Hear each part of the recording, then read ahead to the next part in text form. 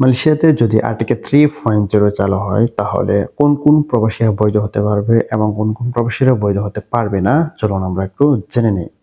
দেখুন, মালয়েশিয়াতে এখনো এ পর্যন্ত যত অবৈধ প্রবাসী রয়েছে তাদের ব্যাপারে মালয়েশিয়া সরকার কিন্তু কঠোর পদক্ষেপ নিতেছে। আমরা দেখতেছি প্রতিনিয়ত অবৈধ প্রবাসীদের গ্রেপ্তার করতেছে এবং আইনের আওতায় এনে তাদেরকে দেশে পাঠিয়ে দিতেছে।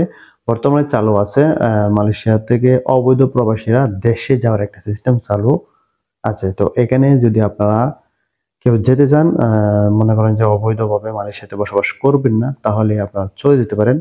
আর যদি মনে করেন যে আর্টিকেল 3.0 এর জন্য অপেক্ষা করবেন, তাহলে আপনারা থেকে যেতে পারেন।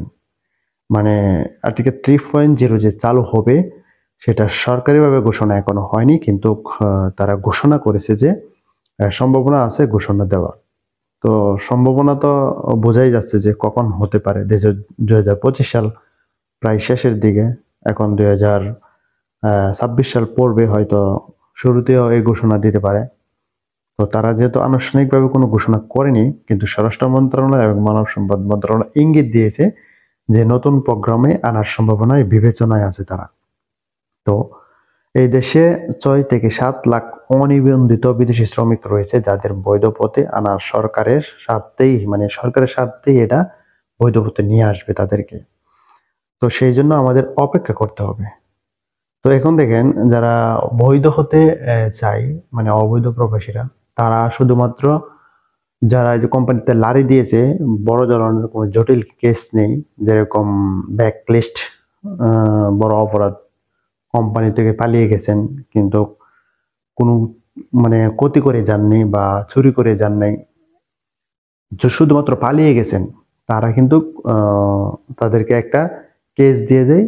তো সাধারণ কেস, এটার জন্য সমস্যা হয় না, এটার জন্য আপনি বৈধ হতে পারবেন। যারা টুরিস্টে এসেছেন 2023 সালে বা 24 সালে অথবা 25 সালে এসে থাকেন, তারাও কিন্তু ভিসা করতে পারবেন। কথা হচ্ছে আপনাদের ভিসা হবে মোটামুটি বড় ধরনের কেস না থাকলে। ছোটখাটো কেস এগুলো কোনো সমস্যা নাই। যদি আপনি এমন কোনো মানে ক্রাইম করেছেন যেটার জন্য মালয়েশিয়ার সরকার মানে আপনার বাদী হয়ে গেছে, মানে সরকার বাদী হয় না কোনো কোনো কেসে, তো ওইসব লোকদের শুধুমাত্র ভিসা হবে না।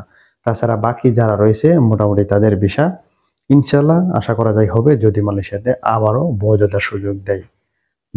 বৈধতার সুযোগ দিতে আমরা অবশ্যই অপেক্ষা করব।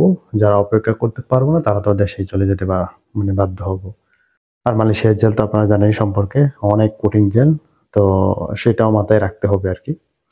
তো ধন্যবাদ সবাইকে, আমাদের ভিডিওর সাথেই থাকবেন, সঙ্গে থাকবেন, সাবস্ক্রাইব করে পাশেই থাকুন।